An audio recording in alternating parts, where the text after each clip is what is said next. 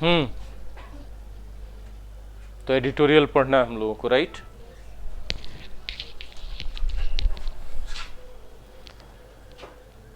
पांच तारीख से नया बैच सुबह में 8:30 बजे। चलिए आ जाए हम लोग एडिटोरियल पर। 31 मार्च का अगर पेशेंटली आप देखते जाएंगे बहुत काम की चीजें मिलने वाली है, बहुत काम की चीजें। ठीक है, 31 मार्च का शुरुआत करते हैं। गुड नेबर्स मतलब अच्छे पड़ोसी। किस बात पर यह आर्टिकल है? इंडिया बांग्लादेश के टाइज पर। टाइज का मतलब रिलेशंस, इंडिया बांग्लादेश के रिलेशंस पर। मीनिंग नोट करने की जरूरत नहीं है, मीनिंग का वीडियो ऑलरेडी दिया जा चुका है, हाँ या ना। और फिर जब आपको वीडियो चला जाएगा आप वहां पर पॉज कर करके नोट कर सकते हैं। ठीक है, और पीडीएफ भी तो दिया जा चुका है टेलीग्राम चैनल पे, है ना। पीपल ऑन बोथ साइड्स, दोनों तरफ के लोगों को जरूरत है। बोले सर ऐसा क्यों लिखा आपने? ठीक है,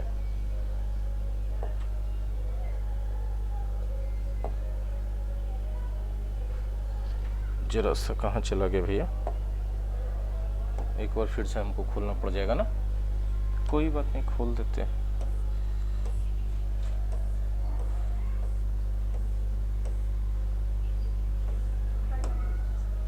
चलिए यही था ना, गौर से देखिएगा।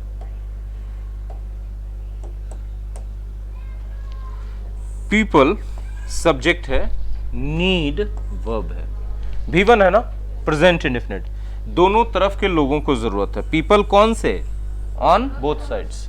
ये क्या है? प्रीपोजिशनल फ्रेज है। बोलिए कैसे सर? तो फ्रेज तो है क्योंकि group of meaningful group of words है, और ये प्रीपोजिशन से शुरू हो रहा है इसलिए कैसा है?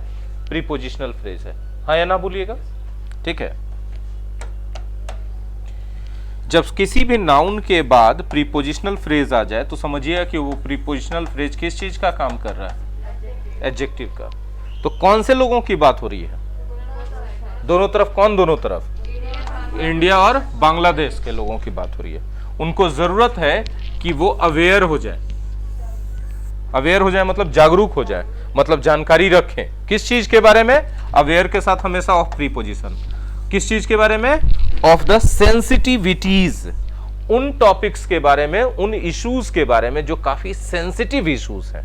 सेंसिटिव इश्यूज किनको कहते हैं? वैसे इश्यूज जिन पर हमेशा बवेला हो सकता है, जिन पे दो लोगों के बीच मतभेद हो सकता है, मनमुटाव हो सकता है, लड़ाई हो सकता है, वैसे मुद्दे जिस पर दो लोग एक दूसरे का दिल दुखा सकते हैं, उन सबको सेंसिटिविटी कहा जाता है। ठीक है, और ऐसा सेंसिटिविटी एक है या एक से ज्यादा है? एक से ज्यादा है। ठीक है, कहां है उस सेंसिटिविटी? के संबंध में भी है। ठीक है, तो दोनों तरफ के देश के लोगों को समझना चाहिए, जानकारी रखनी चाहिए कि कौन कौन से ऐसे मुद्दे हैं जिन पर दोनों देशों में काफी रिलेशन खराब हो सकता है, जिस पर अब ये जो लोग हैं जो इस बात का ख्याल रखेंगे, ये आम जनता रहेंगे या दोनों देश के नेता रहेंगे? नेता होंगे। आम जनता थोड़ी कुछ ऐसा करने जाता है कि बांग्लादेश वाला को दिक्कत हो जाए, चाहे बांग्लादेश का जनता थोड़ी कुछ ऐसा करने आता है कि इंडिया को दिक्कत हो जाए। हमारे नेता ऐसी पॉलिसीज बनाते हैं जहां दोनों देश एक दूसरे देश को दिक्कत पहुंचा सकता है, हाँ या ना। तो ये जो है सेंसिटिविटी के बारे में अवेयर होने की जरूरत जिन लोगों के है, वाकई में वो लोग कौन है? वो लोग हैं जो सरकार में बैठे हुए हैं, जो पॉलिसी मेकिंग कर रहे हैं, हाँ या ना। आगे बढ़िए। अब देखिए, सेंटेंस लंबा लगेगा देखने में, परेशान होने की जरूरत नहीं है। पूछिए क्यों नहीं है सर? बहुत सिंपल है। प्राइम मिनिस्टर, रेड ले लेते हैं, ठीक है, आसान होगा। Prime minister Narendra Modi's visit. देखिए विजिट नाउन है, यहां पर विजिट वर्ब भी होता है, विजिट नाउन भी होता है। लास्ट में एक जबरदस्त इंफॉर्मेशन देने वाले हैं द हिंदू एडिटोरियल के क्लास से रिलेटेड। ठीक है, एकदम ध्यान से देखना है। विजिट यहां पर नाउन है, विजिट वर्ब भी होता है। देखिए visit some place, visit some place. Visit some place जब हम बोलते हैं तो समझिएगा कि हम कहना चाहते हैं विजिट वर्ब है और सम प्लेस क्या है? ऑब्जेक्ट है। लेकिन विजिट टू सम प्लेस जब बोलते हैं, विजिट टू सम प्लेस, तब उस हालत में विजिट नाउन होगा, और नाउन होगा तभी प्रीपोजिशन लेगा। ठीक है। अब इसके आगे वर्ब हम लगा सकते हैं पे ए विजिट। विजिट मतलब दौरा करना, विजिट सम प्लेस मतलब कोई जगह का दौरा करना। अब पे ए विजिट का भी मतलब कोई जगह का दौरा करना, लेकिन इसमें पे वर्ब होता है और विजिट किस रूप में यूज किया गया, यानी जब ये वर्ब रहेगा तो सीधे ऑब्जेक्ट लेगा, और जब नाउन रहेगा तो टू प्रीपोजिशन लेके तब इसके बाद दूसरा नाउन आएगा। क्लियर है? तो मोदी का विजिट, बोले सर इसको नाउन आपने कैसे माना, तो इसके पहले क्या लगा है, एपोस्ट्रोफी एस। तो एपोस्ट्रोफी एस के बाद जो शब्द आता है वो क्या रहता है, नाउन या नाउन इक्विवेलेंट ही रहता है ना। तो मोदी का विजिट, कहां विजिट, किस लिए, कमेमोरेट करने के लिए। कमेमोरेट करने का मतलब याद करना। याद कैसे करना, सिंपल तरीके से नहीं, कोई फंक्शन, सेलिब्रेशन, सेरेमनी करके याद करते हैं तो उसको कमेमोरेट करना का। जयंती वगैरह मनाते हैं तो क्या करते हैं, कमेमोरेट करते हैं, है ना। एनिवर्सरी मनाते हैं तो क्या करते हैं, कमेमोरेट करते हैं। तो कमेमोरेट किसको कर रहे थे, 15th एनिवर्सरी। किसके 15th एनिवर्सरी को, वार ऑफ लिबरेशन के 15th anniversary. War of liberation क्या होता है, आजादी की जंग, आजादी की लड़ाई, ठीक है। और क्या क्या कमेमोरेट कर रहे थे, सेंटेनरी ईयर, 100वां साल याद कर रहे थे। किसका 100वां साल, शेख मुजीबुर रहमान का। ये शेख मुजीबुर रहमान कौन थे भाई साहब, बांग्लादेश के संस्थापक थे, फाउंडर थे। क्लियर है? एंड हिज मीटिंग्स, उनका मीटिंग्स, किनका मीटिंग्स भाई साहब, मोदी जी का। किसके साथ, कहां की प्राइम मिनिस्टर, बांग्लादेश की। तो ये देखिए, एंड हिज मीटिंग्स शोकेस्ड, ये वर्ब आ गया। अब आप बोलेंगे कि सर ये वर्ब आ गया तो ये वर्ब किसके लिए है, तो पहले इसको तो क्लियर करो, पहले इसको क्लियर करो, है ना। चलिए देखिए, अब ये देखिए गौर से समझिएगा कि शोकेस्ड एक वर्ब है, V2 है ना, तो इसके लिए सब्जेक्ट कौन है, तो सब्जेक्ट एक ये है, और एंड से जुड़ के, नहीं सॉरी, एंड से जुड़ के ये एक सब्जेक्ट है। Modi's visit and his meetings showcased. देखिए, Modi's visit and his meetings, Ram and Shyam played, Ram and Shyam played. उसी तरह Modi's visit and his meetings showcased, Modi के विजिट और उसके मीटिंग ने शोकेस किया, मतलब दिखाया। विजिट कैसा था भाई, तो बांग्लादेश का विजिट था। किस लिए था भाई, एकदम इंफॉर्मेशन जोड़ते चला गया। मेन सब्जेक्ट आपका यही है, लेकिन ये सब इंफॉर्मेशन एक्स्ट्रा जोड़ दिया ताकि उस सब्जेक्ट बड़ा हो जाए, आप कंफ्यूज हो जाइए। बात समझ में आया? तो मोदी जी विजिट किए और मीटिंग किए, वो मीटिंग से दिखा, क्या दिखा, डीप हिस्ट्री। वो डीप हिस्ट्री दिखा जो दोनों देश शेयर करते हैं, मतलब दोनों देश का इतिहास एक जैसा है, वो दिख गया। किस बात से, मोदी जी के विजिट से और उनके मीटिंग से। विजिट कहां किए थे, बांग्लादेश। किस लिए, ताकि 50वीं वर्षगांठ को, बांग्लादेश के आजादी के जंग का जो 50वां वर्षगांठ था उसको कमेमोरेट कर सके, और वहां के जो शेख मुजीबुर रहमान थे उनके 100वें साल को भी वो कमेमोरेट कर सके। इसके लिए वो विजिट किए बांग्लादेश, और साथ ही साथ मीटिंग कर लिए वहां के किससे, प्राइम मिनिस्टर शेख हसीना से। तो ये दोनों बात से पता चला कि जो डीप हिस्ट्री है दोनों देश का एक जैसा है, और उनका फ्यूचर प्लान और उनका चैलेंजेस भी जो आगे आने वाला है वो एक जैसा है ना। आगे बढ़े,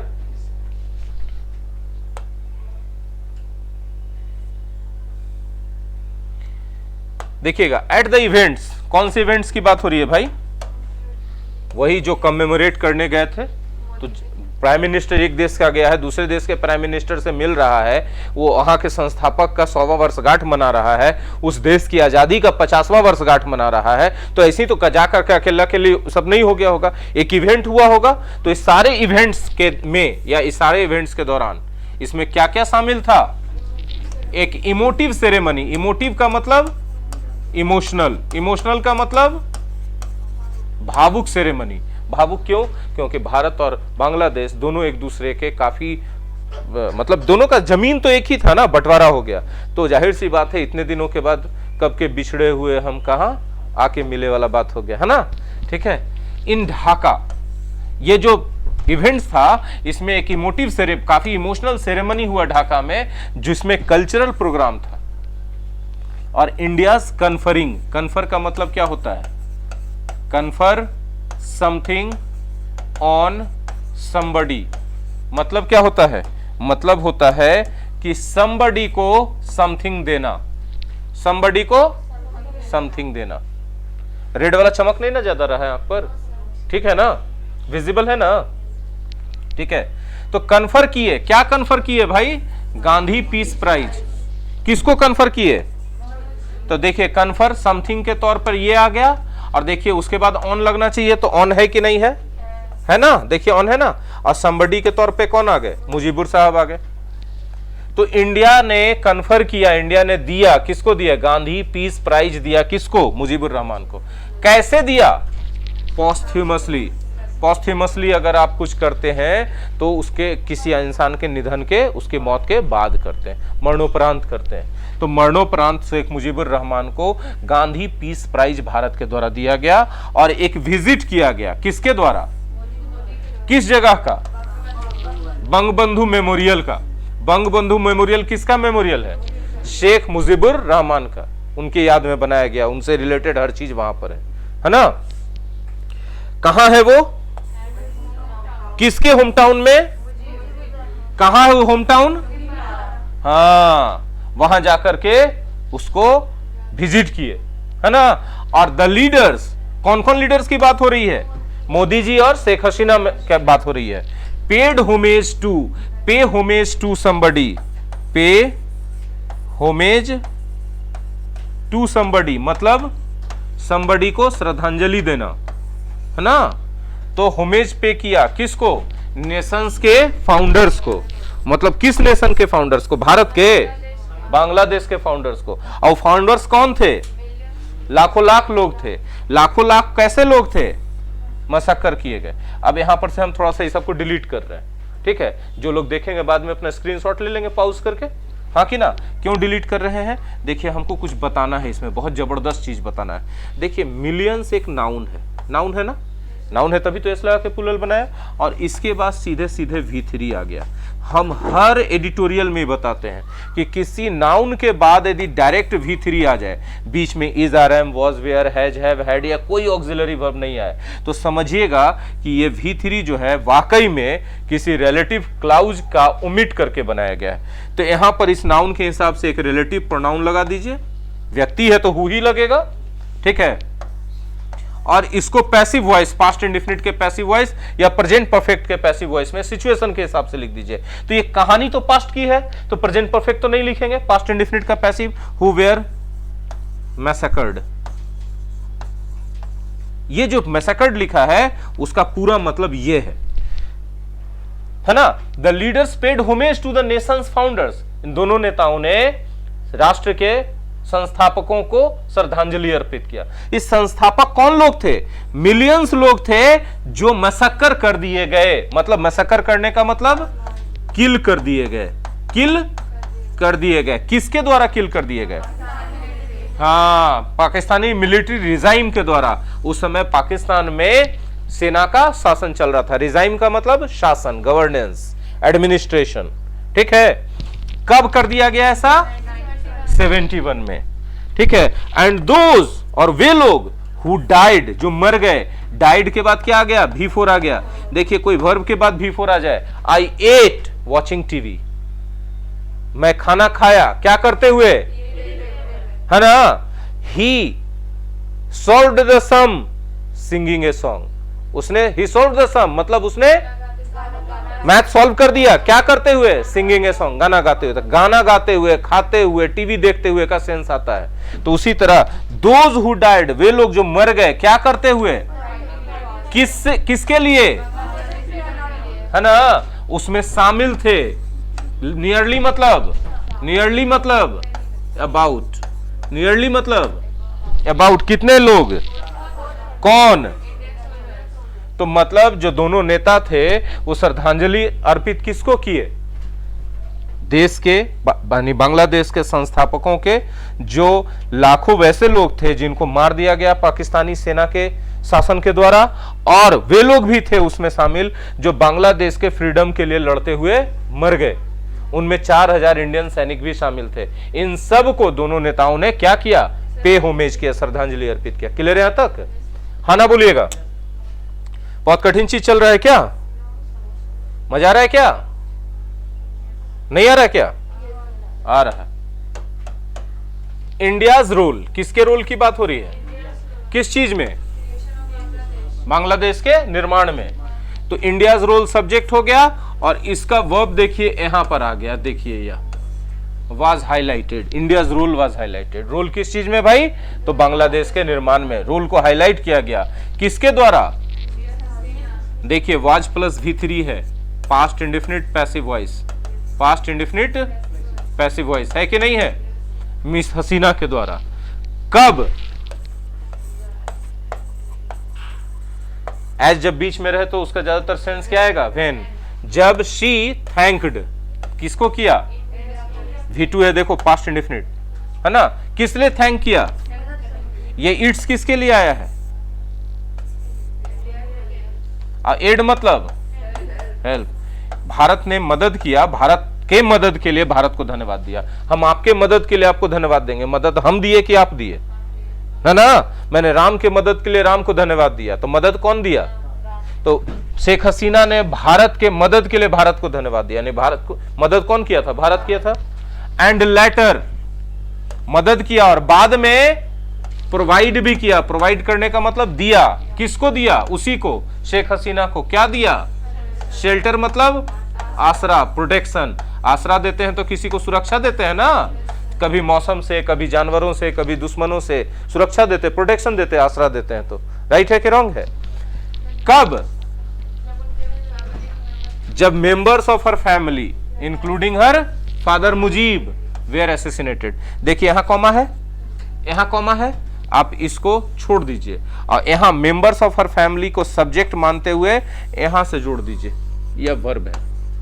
ठीक है, members of her family were assassinated. Assassinate का मतलब किल्ड, असैसिनेट का मतलब किल्ड। जब उनके फैमिली के मेंबर्स को मार दिया गया, किसके साथ साथ? उनके फादर मुजीब के साथ साथ। मुजीब को तो मारा ही गया, उनके फैमिली के मेंबर्स को भी साथ में मारा गया। क्लियर है यहां तक?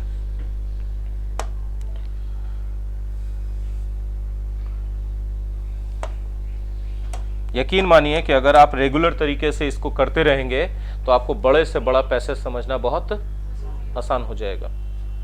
ठीक है। Mister Modi wrote, mister Modi ने लिखा। कहां लिखा? In an editorial of the hope. ठीक है, एडिटोरियल ऑफ द होप में लिखा। किस चीज के बारे में लिखा? सोनाली अध्याय मतलब कहां पर गोल्डन चैप्टर होना था? दैट बंग बंधु में मॉडल्स है, मॉडल्स है ना, मॉडल्स के साथ हैव प्लस V3 ला सकते थे। ब्राउट अबाउट मतलब वो गोल्डन अध्याय ला सकते थे अगर उन्हें मारा। पास्ट का अनफुलफिल्ड कंडीशन टाइप 3 हमने पढ़ाया है। If you had worked hard you would have got, if I had worked hard in my childhood I would have got better marks in matriculation. पढ़ाया है कि नहीं पढ़ाया है? तो इफ को गायब कर करके हेड को आगे लिया है। कंडीशनल टाइप 3 का वीडियो एक बार देखना होगा आपको जाके। चेहरा बता रहा है कि याद नहीं है अच्छे से। याद है तो अच्छी बात है ना। तो उनको मारा नहीं जाता मुजीबुर रहमान को, तो साउथ एशिया में गोल्डन चैप्टर ला सकते थे, उनमें वो सलाहियत थी। द टू लीडर्स, कौन दो लीडर्स की बात हो रही है? कौन दो लीडर्स की बात हो रही है? अजी, मोदी और शेख हसीना के। बिल्ट ऑन, देखिए सब्जेक्ट V2, दोनों नेताओं ने डेवलप किया। बिल्ट ऑन किया मतलब डेवलप किया। देयर दिसंबर 2020 वर्चुअल मीट, है ना। वर्चुअल मीट किसको कहते हैं? वैसा मीटिंग जो कंप्यूटर पर इंटरनेट के जरिए होता है। जो बहुत सारे बच्चे ऑनलाइन क्लास करते हैं मेरे से, वो क्या करते हैं? वर्चुअल क्लास करते हैं। ठीक है। बाई बोल्स्टरिंग, बोल्स्टरिंग का मतलब स्ट्रेंथिंग, स्ट्रेंथनिंग मतलब मजबूत करने के द्वारा। यहां पर देखिए बाई प्लस V4 है ना, तो बाई प्लस V4 का मतलब क्या होता है पता है? बाई प्लस V4 जो है साधन या जरिया के रूप में यूज किया जाता है। इसका एक सीधा सा उदाहरण देके समझा दें। हाँ, ही पुट ऑन वेट, उसने वजन बढ़ा लिया। क्या करके भाई? By eating chocolate. By eating chocolate क्या है? साधन या जरिया बना क्या करने का? वजन बढ़ाने का। ही सेव्ड मनी, उसने पैसे बचा लिए। कैसे? बाई स्टार्विंग, भूखे रह के। स्टार मतलब भूखे रहना, बाय स्टार्विंग, भूखे रह के उसने पैसे बचा लिए। He got success by working hard, मेहनत करके। तो आप कोई काम करके, कोई काम करने के जरिए कुछ हासिल करते हैं तो उस जरिया के लिए बाई प्लस V4 यूज करते हैं। बात समझ में आया? He won everybody's heart, he won over everybody's heart, उसने हर किसी का दिल जीत लिया। कैसे? By smiling, मुस्कुरा करके। राइट? हाँ या ना बोलो?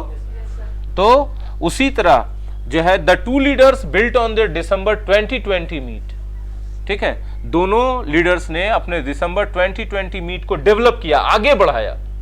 कैसे करके? बाय बोल्स्टरिंग प्लान्स, प्लान्स को मजबूत करके।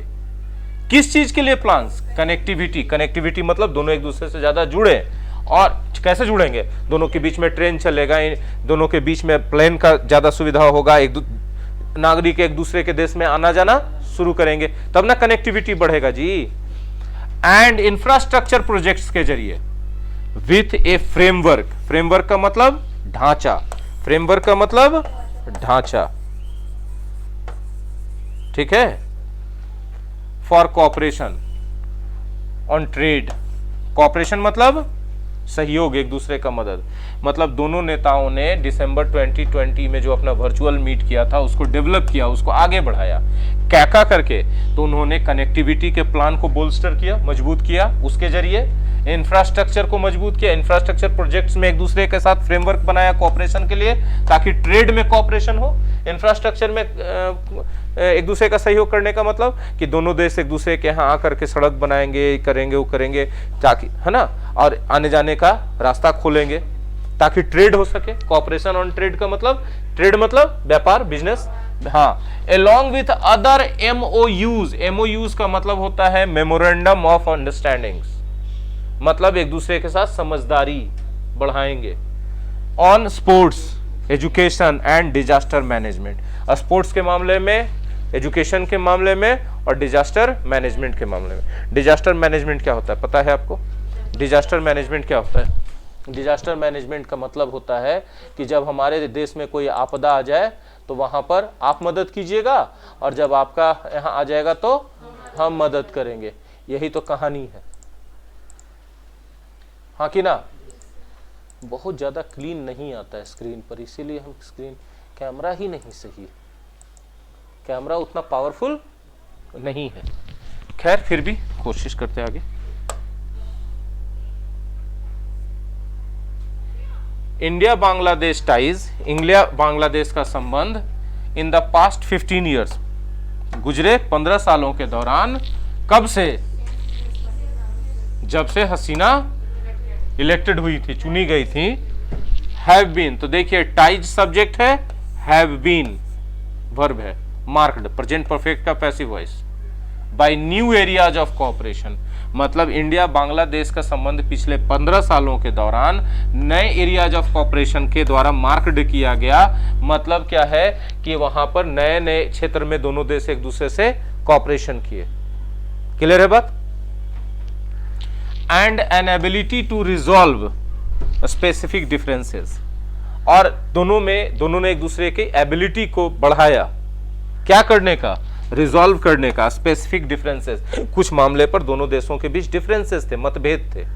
मतभेद का मतलब मनमुटाव था, आपस में एग्रीमेंट, तो उनमें एबिलिटी दोनों ने लाया कि इसको रिजॉल्व करेंगे। रिजॉल्व करने का मतलब सॉल्व करेंगे इसको डिफरेंसेस को, आपस में जो मनमुटाव है उसको खत्म करेंगे। क्लियर है बात? देखिए, हाँ, इलेक्ट की गई थी प्राइम मिनिस्टर के लिए, 15 साल से वो प्राइम मिनिस्टर है। जब से वो प्राइम मिनिस्टर बनी तब से 15 साल हो चुका है। 15 साल के दौरान इंडिया बांग्लादेश का संबंध में बहुत सारा नया एरिया में कोऑपरेशन बढ़ा है और एबिलिटी बढ़ा है कि दोनों एक दूसरे के साथ जो स्पेसिफिक डिफरेंसेस हैं उसको रिजॉल्व कर सके। क्लियर है? चलिए,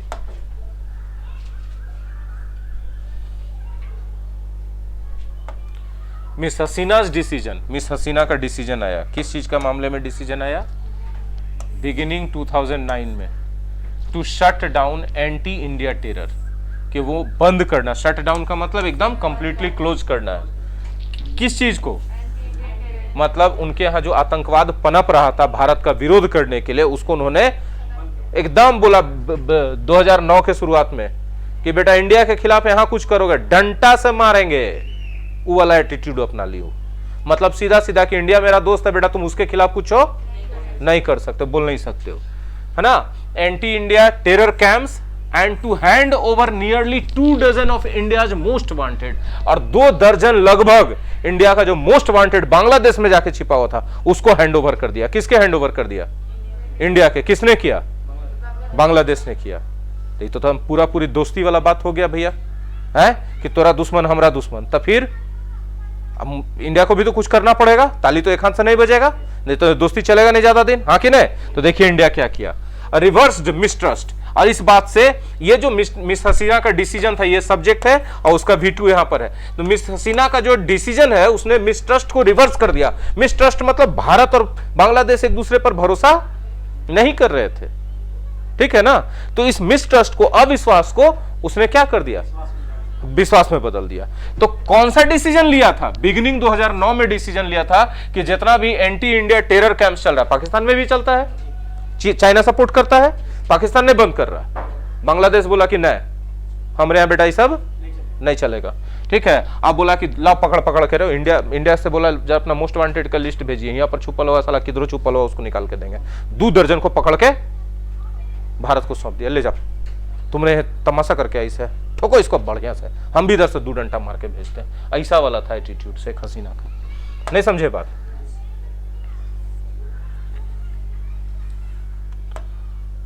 देखिए, है ना मजेदार। हम लोग को इतिहास के बारे में जानने को मिलता है। नहीं, mister Modi's push, mister Modi का दबाव था क्या करने के लिए? हाँ, ये दबाव भी हो सकता है, प्रयास भी हो सकता है, पुश दोनों चीजें। एक प्रयास होना चाहिए, क्योंकि अब दोस्ती का बात चल रहा है तो दबाव होगा कि प्रयास होगा? प्रयास होगा। तो मिस्टर मोदी का प्रयास हुआ कि कंक्लूड करें। कंक्लूड करने का मतलब नहीं, इंक्लूड करना मतलब जोड़ना।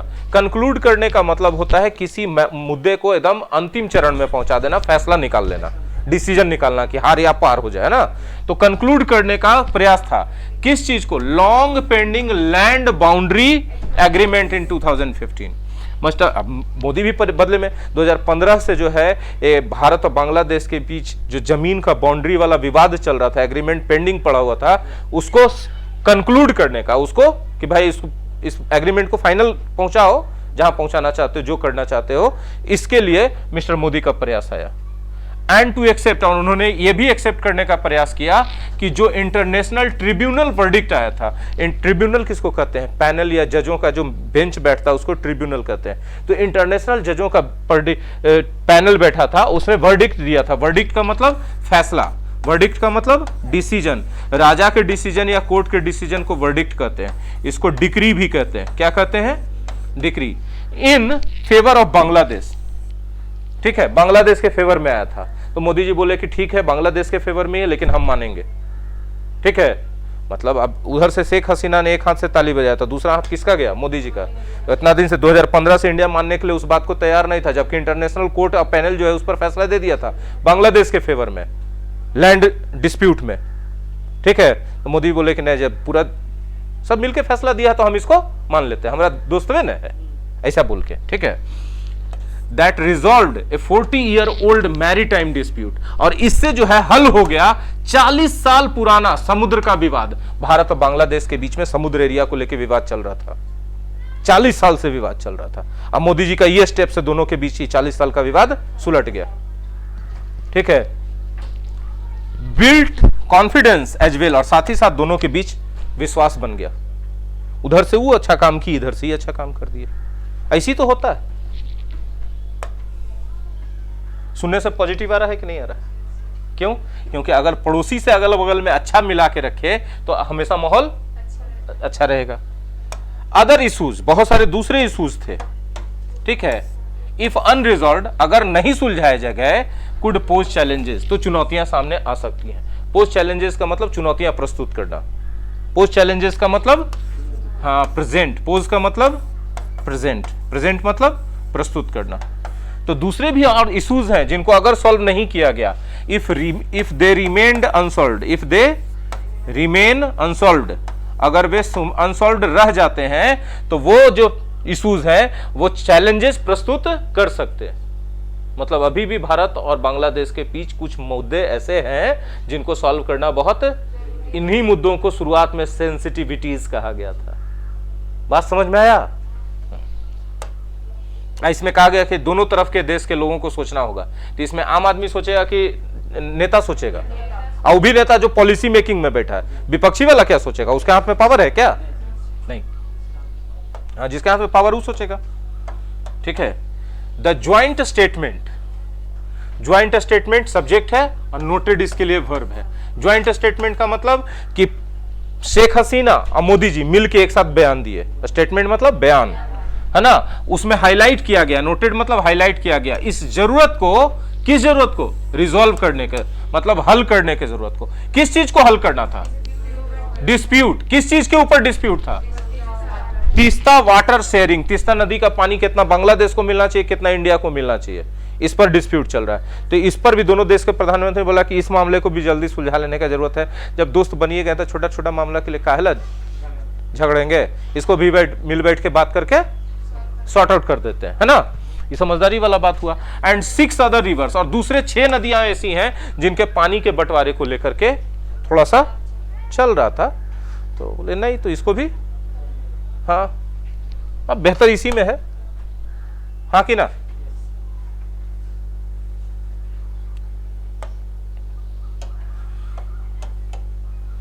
The problem of Bangladeshi civilians, Bangladeshi civilian, civilian मतलब आम नागरिक, बीइंग किल्ड, के मारे जाने का जो समस्या है, कहां मारे जाते हैं वे लोग? हाँ, तो ये प्रॉब्लम सब्जेक्ट है या हैज वर्ब है? Has dented present perfect. Relations, dent करने का मतलब डैमेज करना, डेंट करने का मतलब, तो बहुत बार ऐसा होता है कि बॉर्डर पर बांग्लादेशी सिविलियंस को मार दिया जाता है। इस प्रॉब्लम ने भी रिलेशंस को डेंट किया है, डैमेज किया है। जाहिर सी बात है, कोई देश का नागरिक मरेगा तो देश अच्छा फील तो, और फिर उसके दूसरा देश जिसका सेना मार रहा है उसको तो अच्छा नजर से देखेगा नहीं, दोस्ती। तो इसको भी सॉल्व करने का जरूरत है। काला मार देता है, अरे अरे कौची करता होगा, घुस जाता होगा बाउंड्रिया में, अरेस्ट करो, केस चलाओ, 5 साल बाद 2 साल बाद लौटा दो, मारता काला है छोटा, कौची हो रहा है?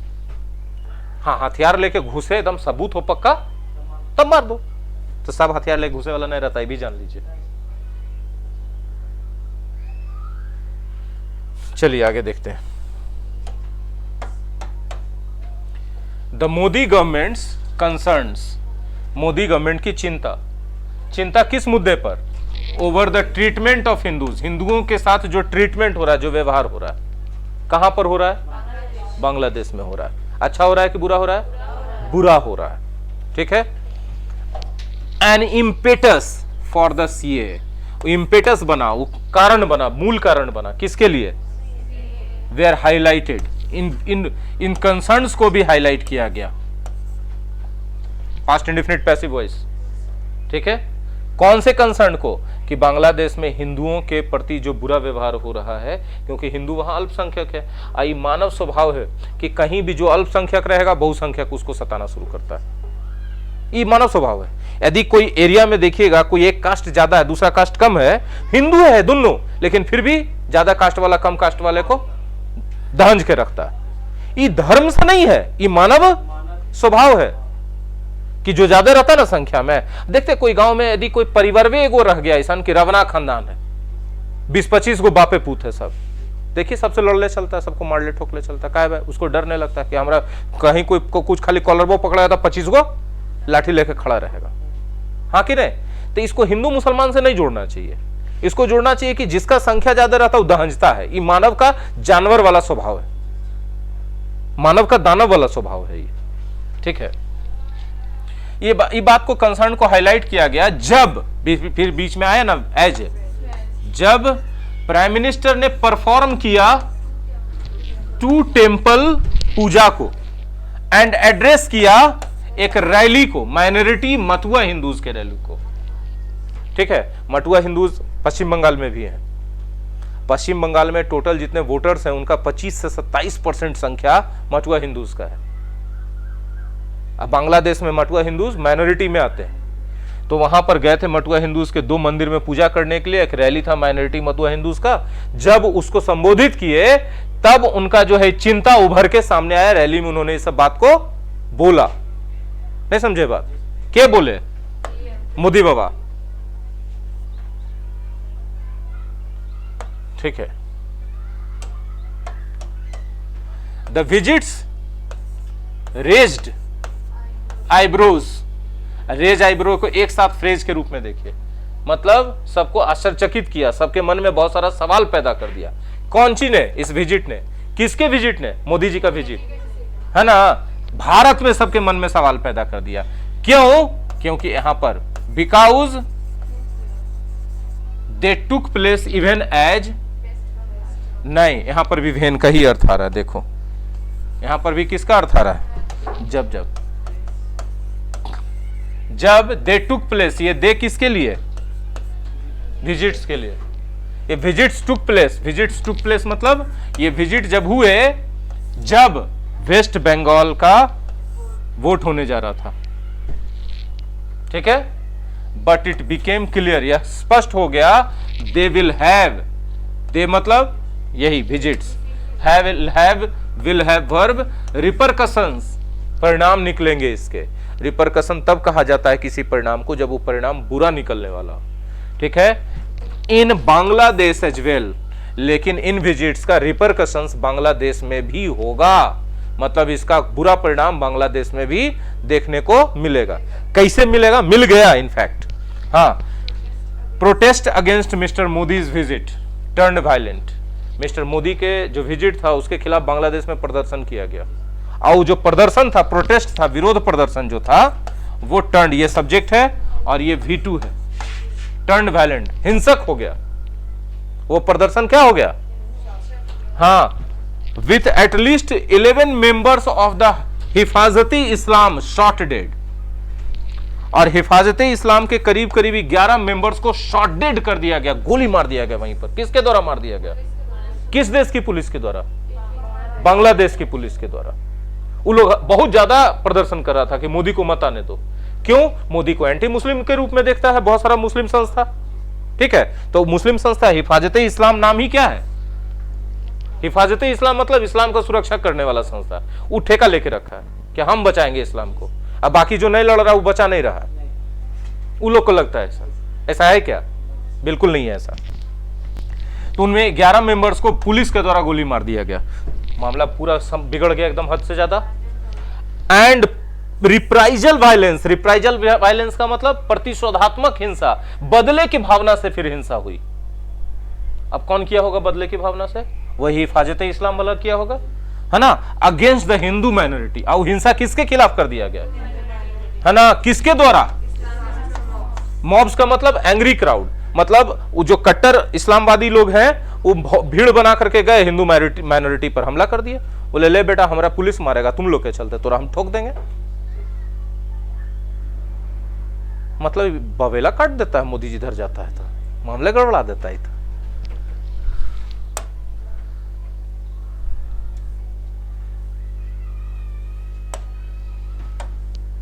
लेकिन सरकार को बांग्लादेश के मालूम है कि किसके साथ हाथ मिलाना चाहिए, है ना।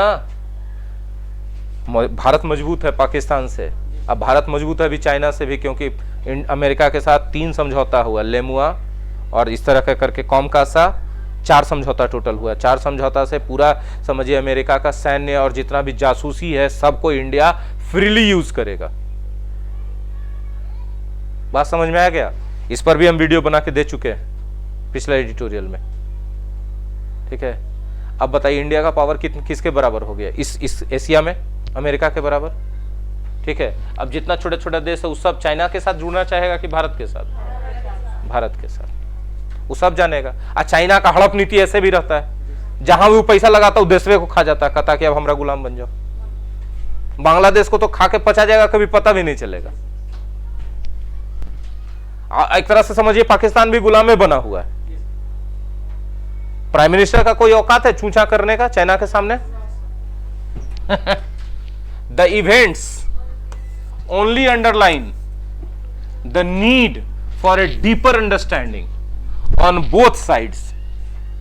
ठीक है, मतलब अभी जो इवेंट्स हुए हैं, जो हिंसा की घटनाएं हुई हैं, ये अंडरलाइन करती है, मतलब हाईलाइट करती है। कोई चीज को हम अंडरलाइन कर रहे हैं तो उसको हाईलाइट कर रहे हैं कि नहीं कर रहे हैं, तो उसको हाईलाइट करती है कि जरूरत है और ज्यादा गहरी समझदारी की दोनों तरफ से। किन मुद्दों पर? हाँ, sensitivities of the India Bangladesh relationship, कि भारत बांग्लादेश के रिलेशनशिप में कौन कौन से ऐसे नाजुक मुद्दे हैं, इस पर और गहरे से समझदारी की जरूरत है दोनों तरफ से। ठीक है, इवन एज उस समय भी जब its many successes are counted and celebrated, दोनों के संबंध में बहुत सारे सक्सेस हैं, उनको काउंट किया जा रहा है, उनको सेलिब्रेट किया जा रहा है, फिर भी आप लापरवाह नहीं हो सकते। अभी दोनों के संबंध में जो नाजुक मुद्दे हैं उन पर ध्यान देने की जरूरत दोनों तरफ से है। बोलिए हाँ कि ना? यही था 31 का एडिटोरियल। कैसा लगा? अच्छा लगा। तो इसी बात पर अब क्या करेंगे, इसी बात पर 5 तारीख वाले बैच के बारे में ज्यादा से ज्यादा सूचनाएं फैला देंगे। ठीक है, हाँ फैला दिए।